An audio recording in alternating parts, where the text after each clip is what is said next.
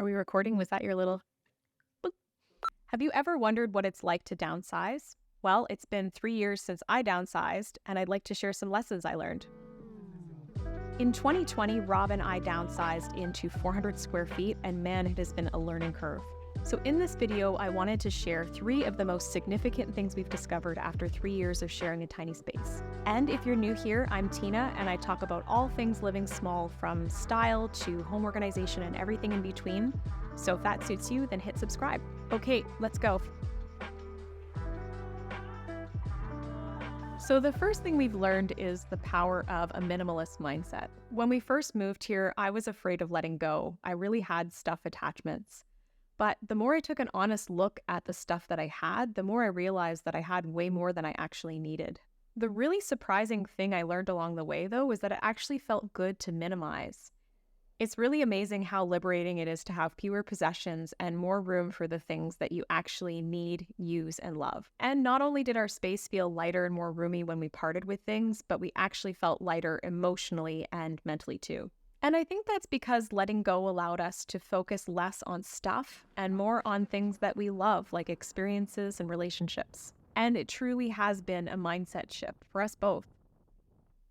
So the second revelation after 3 years of living small is the boost that it gave to our creativity. Living in a smaller space really forces you to get inventive and think outside of the box when it comes to organizing your surroundings.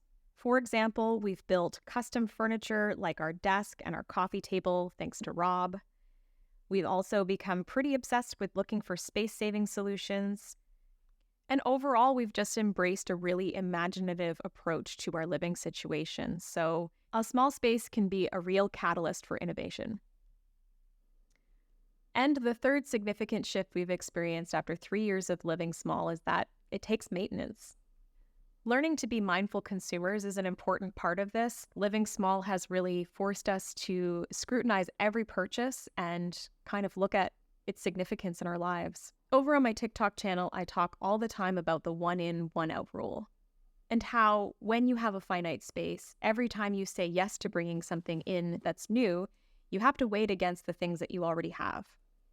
Through this process, we've really learned to distinguish between needs and wants and make consumer decisions way more carefully, which I probably don't have to mention is good for a lot of reasons.